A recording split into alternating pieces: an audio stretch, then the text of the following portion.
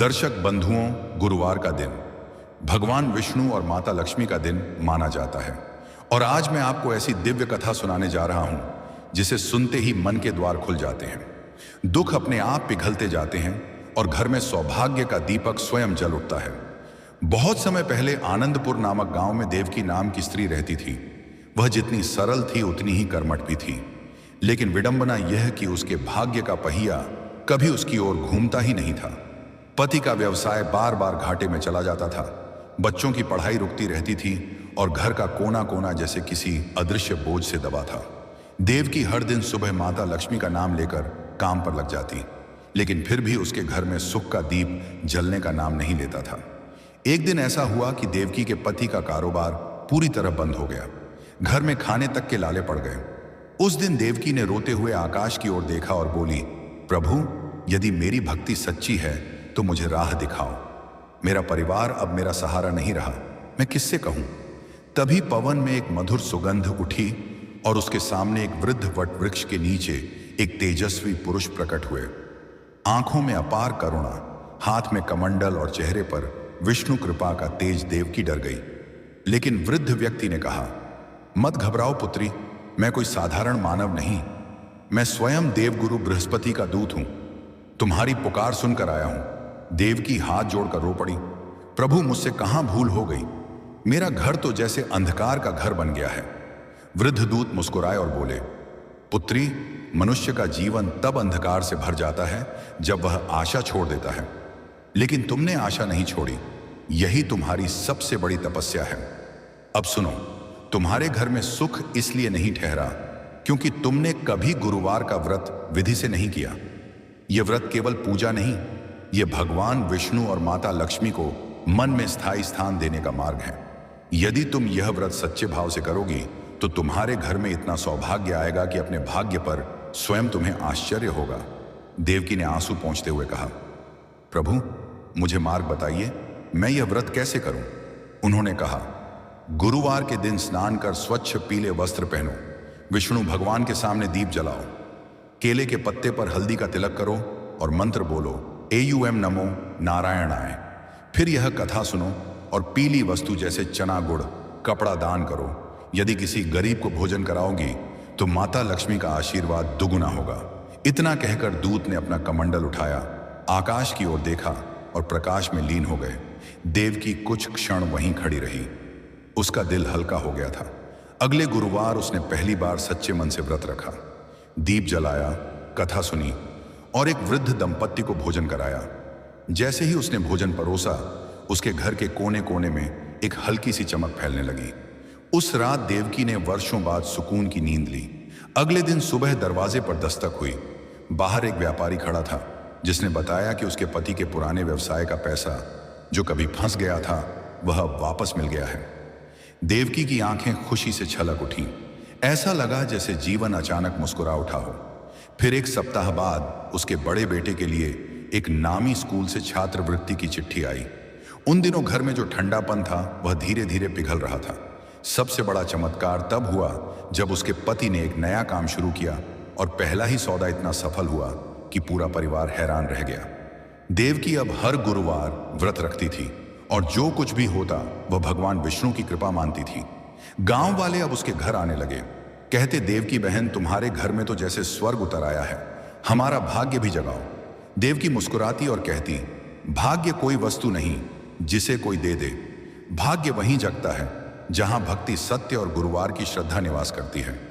जिसने अपने भीतर भगवान विष्णु को जगह दे दी, उसके घर को कोई दरिद्रता छू भी नहीं सकती। गांव में धीरे धीरे गुरुवार का व्रत चलन बन गया। हर घर में दीप जलने लगे, भगवान विष्णु के भजन गूंजने लगे और माता लक्ष्मी की कृपा गांव में स्थायी होकर बस गई। कहते हैं उस दिन से आनंदपुर गांव को लोग आनंद धाम कहने लगे, क्योंकि वहां के लोग सुख, शांति और सौभाग्य में बसने लगे थे। और यह सब केवल एक स्त्री के सच्चे व्रत की शक्ति से हुआ। दर्शक बंधुओं, यदि यह पावन कथा आपके मन को छू गई हो तो कृपया वीडियो को लाइक करें, हमारे चैनल को सब्सक्राइब करें और भगवान विष्णु तथा माता लक्ष्मी की कृपा सदैव आपके घर परिवार पर बरसती रहे। हरि बोल देवकी के जीवन में खुशियों की धूप फैल चुकी थी, लेकिन भगवान विष्णु की कृपा केवल यहीं रुकने वाली नहीं थी। कहते हैं, जब भक्ति सच्ची होती है तो भगवान उस व्यक्ति को केवल सुख ही नहीं देते, बल्कि उसे दूसरों का दुख मिटाने का सामर्थ्य भी देते हैं। एक गुरुवार की सुबह पूरा गांव एक बड़ी चिंता में डूब गया था। गांव के पश्चिम किनारे रहने वाला रामजीवन अचानक बीमार पड़ गया। उसके शरीर पर ऐसा ताप था कि वैद्य भी समझ नहीं पा रहे थे। कई तरह की दवाएं दी गईं, पर कोई असर नहीं हुआ। परिवार रो रहा था, बच्चे डरे हुए थे और गांव वाले सोच रहे थे कि शायद यह प्रेत बाधा है। लेकिन वही समय था जब लोगों को देवकी की याद आई। वे दौड़ते हुए उसके घर पहुंचे और बोले, बहन, तुम्हारे व्रत ने तुम्हारे घर को बचाया, अब रामजीवन को भी बचा लो। देवकी ने एक पल को अपनी आंखें बंद की और मन ही मन भगवान विष्णु का नाम लिया। फिर बोली, मैं साधारण स्त्री हूं, चमत्कार करना मेरे बस में नहीं, परंतु यदि भगवान की इच्छा होगी तो वे रामजीवन को अवश्य ठीक करेंगे। मुझे उसे देखने ले चलो। लोग उसे वहीं वट वृक्ष के नीचे ले गए जहां पहले उसे देवगुरु के दूत का मार्गदर्शन मिला था। देवकी ने वहीं पीला वस्त्र बिछाया, दीप जलाया और गुरुवार की कथा सुनानी शुरू की। कथा समाप्त होते ही उसने पानी का पात्र उठाया और मंत्र बोलते हुए रामजीवन के सिर पर छींटे दिए। जैसे ही जल उसके शरीर पर पड़ा, अचानक हवा में एक दिव्य सुगंध उठी। वट वृक्ष की पत्तियां हिलने लगीं और एक सुनहरी किरण नीचे उतरी, मानो स्वयं भगवान विष्णु रामजीवन को आशीर्वाद दे रहे हों। लोग विस्मय से उस दृश्य को देख रहे थे। कुछ ही क्षण में रामजीवन की सांसें शांत हुईं और ताप उतर गया। उसने आंखें खोली और देवकी का हाथ पकड़कर बोला, बहन, मुझे ऐसा लगा जैसे कोई दिव्य शक्ति मेरे सिर पर हाथ फेर कर कह रही हो, मत डर, मैं तेरे साथ हूं। गांव वाले खुशी से झूम उठे और बोले, गुरुवार का व्रत सचमुच चमत्कार करता है। यह केवल कहानी नहीं, भगवान का प्रत्यक्ष आश्रय है। धीरे धीरे यह समाचार पूरे क्षेत्र में फैल गया। लोग दूर दूर से देवकी के पास आने लगे। कोई घर की परेशानी लेकर आता, कोई कारोबार का संकट, कोई पति पत्नी के बीच कलह और कोई मन की शांति पाने की इच्छा लिए। हर व्यक्ति को देवकी एक ही बात कहती थी, मैं नहीं, मेरा व्रत नहीं, केवल भगवान विष्णु की कृपा काम करती है। यदि तुम श्रद्धा के साथ गुरुवार का व्रत करोगे और अपने मन को स्वच्छ रखोगे तो कोई भी कठिनाई तुम्हारे सामने ठहर नहीं सकती। एक दिन नगर से एक अमीर व्यापारी आया। उसका घर धन से भरा था, पर मन खाली था। पत्नी से कलह था, बेटा बिगड़ चुका था और व्यापार में लगातार हानि हो रही थी। वह देवकी को देखकर बोला, बहन, आप मेरी आखिरी आशा हो, बताओ क्या करूं। देवकी मुस्कुराई और बोली, तुमने धन बहुत कमाया, पर मन को कभी भगवान के सामने नहीं झुकाया। गुरुवार का व्रत यही सिखाता है कि जहां विनम्रता है वहां लक्ष्मी स्थायी हो जाती है। तुम ये व्रत करो, कथा सुनो और पीला दान करो। व्यापारी ने वैसा ही किया। 3 महीने बाद वही व्यापारी फिर आया, लेकिन इस बार उसके चेहरे पर तेज था। उसने कहा, बहन, मेरा बेटा सुधर गया, मेरी पत्नी और मेरे बीच प्यार लौट आया, मेरा व्यापार भी उठ खड़ा हुआ है।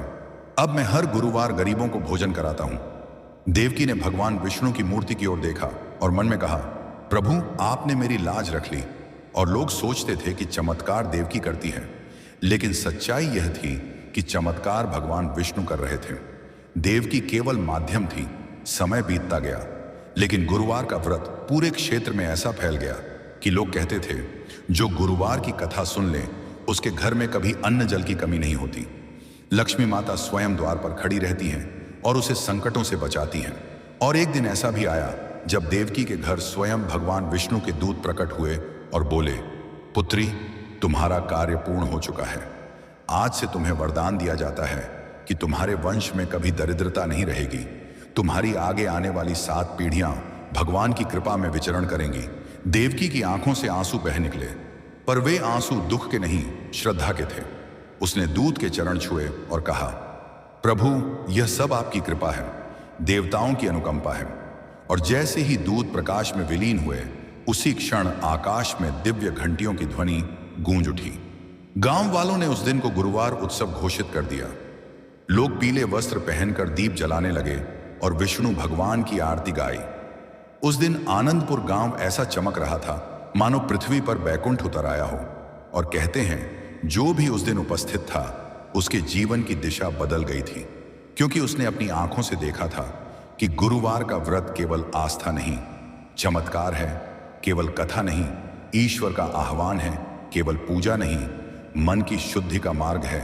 और जो मनुष्य गुरुवार की इस पावन कथा को श्रद्धा से सुन ले, उसके जीवन के दरवाजे अपने आप खुल जाते हैं। सौभाग्य उसके कदम चूमता है और भगवान विष्णु उसकी हर कठिनाई को स्वयं अपने हाथों से दूर करते हैं। दर्शक बंधुओं, यदि यह पावन कथा आपके मन को छू गई हो तो कृपया वीडियो को लाइक करें, चैनल को सब्सक्राइब करें